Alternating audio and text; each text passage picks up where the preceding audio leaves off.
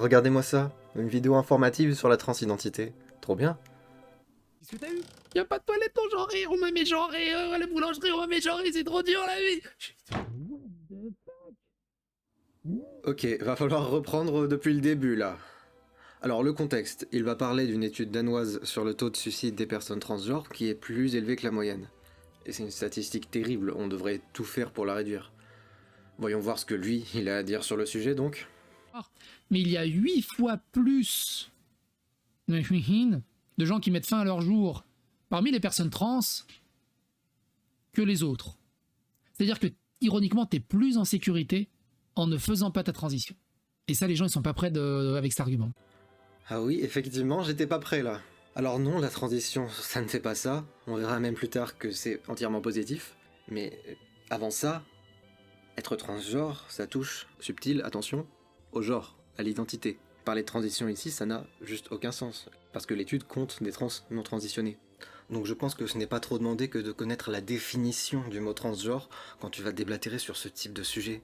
Enfin bon, ne lui en voulant pas trop, c'est pas comme si se renseigner sur les trans, ça faisait littéralement partie de son métier.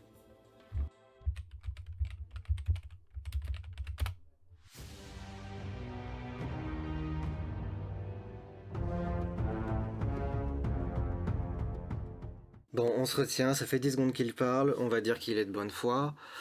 Alors ce taux, il faut savoir que malheureusement il n'est pas vraiment surprenant. C'est loin d'être la première étude sur le sujet. Et les sociologues qui font ces études s'accordent à dire que ce taux est dû au fait que les trans sont une minorité oppressée. Ce qui veut dire en gros, le problème c'est les personnes autour des trans, et pas le fait d'être trans en lui-même. Enfin bon, peut-être que son étude elle a une autre conclusion, on sait jamais. Comment expliquer ces chiffres? Pour la responsable du projet, cela tient principalement au phénomène du stress minoritaire. Lorsque vous appartenez à un groupe minoritaire marginalisé, comme c'est le cas des personnes trans, vous éprouvez plus de stress. Ça alors dis donc, c'est presque comme s'il y avait un consensus scientifique sur le sujet.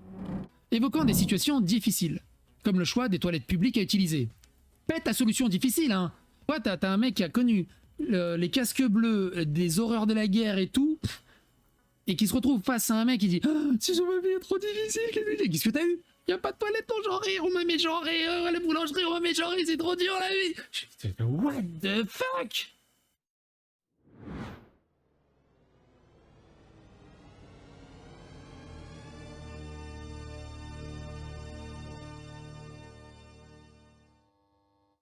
Mais ça va pas te dire des trucs aussi malaisants, tu pourrais tuer quelqu'un. Alors soyons honnêtes une seconde, il a jamais vu une personne trans de sa vie. Vraiment le seul remède c'est d'aller toucher de l'herbe maintenant. Oui, le mégenrage c'est pas cool, mais dans la vraie vie, les trans c'est des personnes comme tout le monde, qui ont envie de juste pisser en paix. Ils ne subissent pas une combustion spontanée à la simple vue d'un bonhomme bâton avec une jupe. C'est bien connu que ça n'arrive qu'aux non-binaires ça.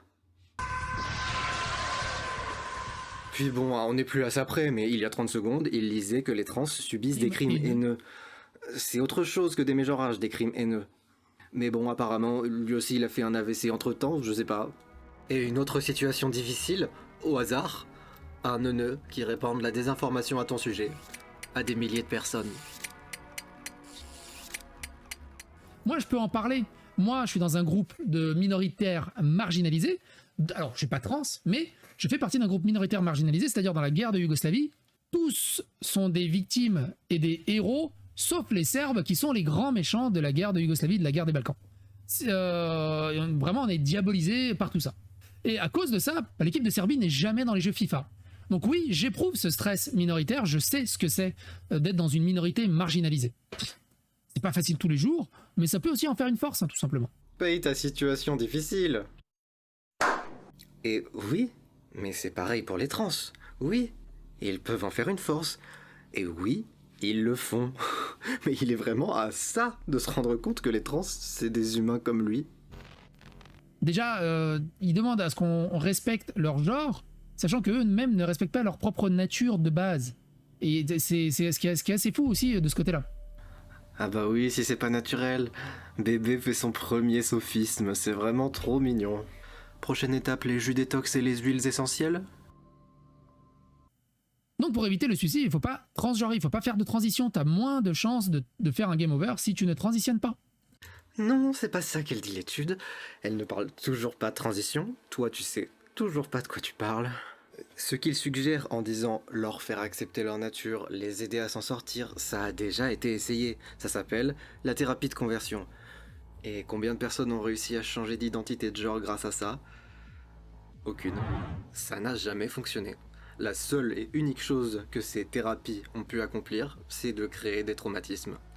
Proposer ce genre de traitement, c'est juste proposer de la pseudo-science. On ne choisit pas d'être transgenre ou non.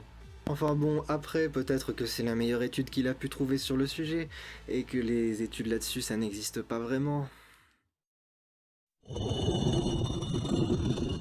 Ah, Alors ça, c'est une étude qui regroupe 55 autres études, dont 51 disent que la transition a un effet positif, 4 un effet neutre, et 0, absolument aucune, ne trouve un effet négatif. Et on parle bien de transition médicale et sociale, les deux.